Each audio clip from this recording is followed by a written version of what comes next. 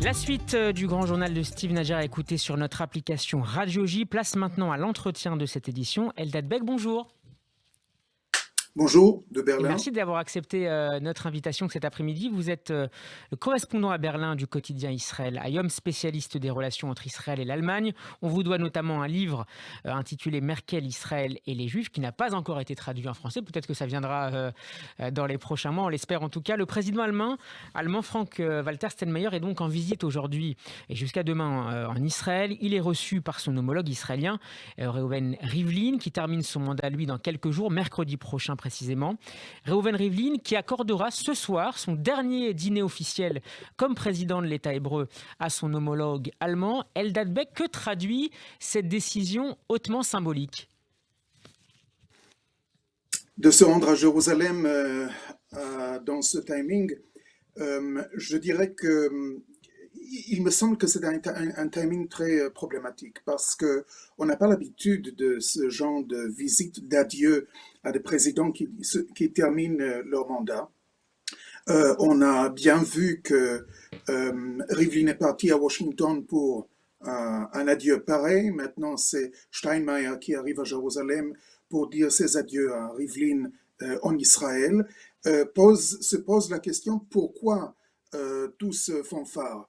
Et on peut très facilement expliquer la chose, étant donné que Rivlin symbolisait pour les Européens, pour les Allemands, mais aussi pour les démocrates aux États-Unis, l'opposition à Benjamin Netanyahu. Donc, en fait, il s'agit d'une visite hautement politique qui est destinée à envoyer un message d'adieu à Netanyahu et non pas à Rivlin. Les Allemands, comme d'autres Européens, je suppose les Français aussi, sont soulagés de voir Netanyahu partir pour le moment du siège de Premier ministre. Pour vous nous disiez, Eldad Bek, oui, que les Européens étaient satisfaits du départ de Netanyahou. C'était une manière de le marquer à travers cette dernière visite rendue à Reuven Rivlin par le président allemand Steinmeier.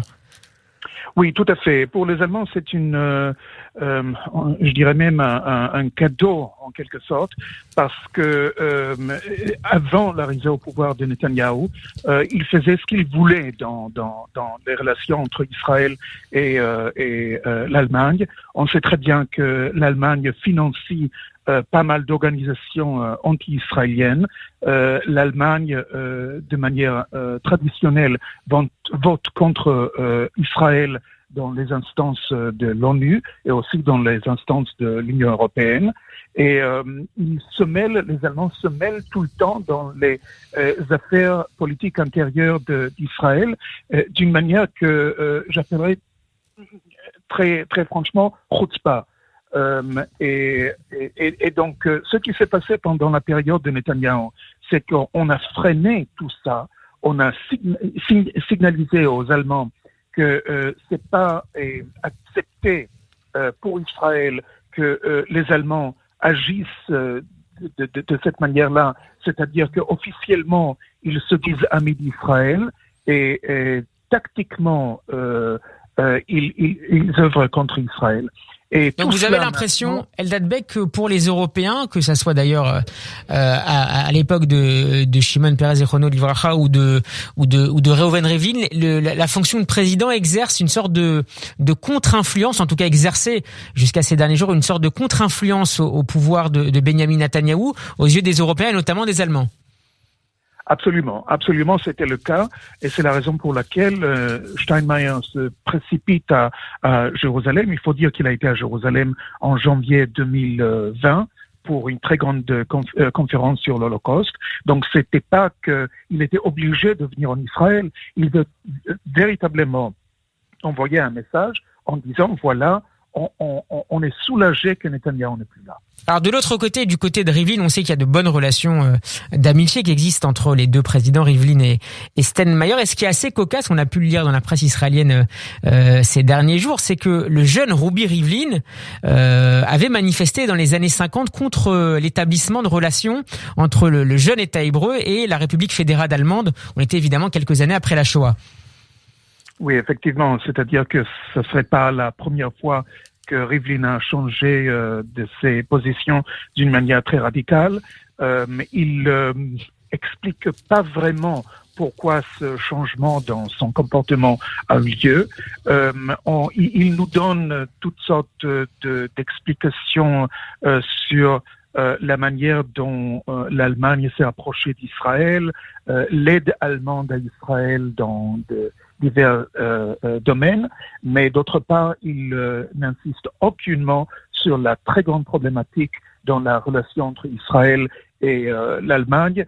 Je ne sais même pas si il est au courant de cette problématique, parce qu'il y a pas mal des éléments au sein de l'establishment israélien, y compris dans les affaires dans le ministère des Affaires étrangères, qui font tout pour faire le silence total sur cette problématique et de permettre à l'Allemagne de continuer d'œuvrer contre les intérêts d'Israël. Alors, le président allemand Steinmeier a souvent pris la parole au cours de son mandat pour dénoncer le renouveau de l'antisémitisme en Allemagne. Quels sont, Eldad Beck, les facteurs qui ont contribué à dégrader la situation des Juifs allemands ces dernières années, même s'il faut le rappeler, Berlin reste une capitale attractive pour une partie des Israéliens, pour le tourisme et même parfois pour y habiter. Oui, il y a pas mal d'Israéliens qui sont déjà partis de Berlin, étant donné l'inefficacité des autorités ici par rapport à l'histoire de la pandémie, le Covid. Mais il n'y a pas de doute que la détérioration de la situation des Juifs allemands a un rapport avec l'immigration massive de jeunes gens des pays musulmans, que ce soit de l'Afrique du Nord ou du Proche-Orient. La menace la plus constante pour la sécurité et je dirais même pour la vie des Juifs ici en Allemagne provient des communautés musulmanes et aussi du fait que les autorités allemandes n'ont fait quasiment rien pour stopper ce phénomène. À savoir qu'on a vu, c'est un peu comme la situation en France, qu'on préfère ignorer la menace, ne faire absolument rien. Et à chaque fois qu'il se passe quelque chose, il y a donc des déclarations, j'appellerais quasiment cérémonielles, qui se répètent à chaque fois la même chose, même les choses que Steinmeier a dit à Tel Aviv hier soir, cet engagement de combattre l'antisémitisme derrière lequel il n'y a absolument rien. C'est-à-dire que si les autorités allemandes voulaient vraiment combattre l'antisémitisme, ils auraient fait énormément, ils auraient pu faire des choses, mais ils ont préféré l'inaction parce que pour eux, la relation avec la communauté musulmane, exactement comme en France, est politiquement beaucoup plus importante que la relation avec la communauté juive. Merci beaucoup Eldad Beck. Je rappelle que vous êtes le correspondant à Berlin du quotidien Israël Hayom. Je rappelle le titre de votre livre, pas encore traduit en français, Merkel, Israël et les Juifs. Votre interview est à retrouver en vidéo sur la page YouTube de Radio J. Merci, à très bientôt sur Radio J.